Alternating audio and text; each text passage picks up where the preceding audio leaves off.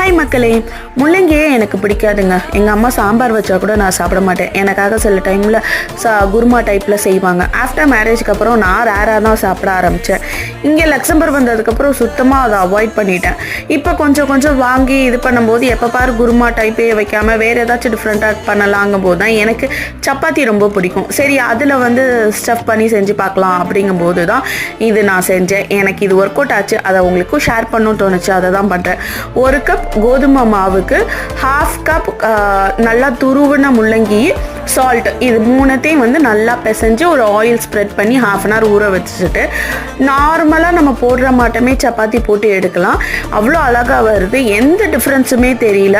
குழந்தைங்களுக்கும் வெஜிடபிள்ஸ் நம்ம கொடுத்த மாட்டமும் ஆகும், எந்த இதுவுமே இல்லாமல் அழகாக அவங்களும் சாப்பிட்றாங்க. ஸோ எனக்கு இதுக்கு ஒர்க் அவுட் ஆச்சு. உங்களுக்கும் இதை ஷேர் பண்ணணும்னு தோணுச்சு, அதை தான் ஷேர் பண்ணியிருக்கேன். ட்ரை பண்ணி பார்த்துட்டு சொல்லுங்கள். தேங்க்ஸ்.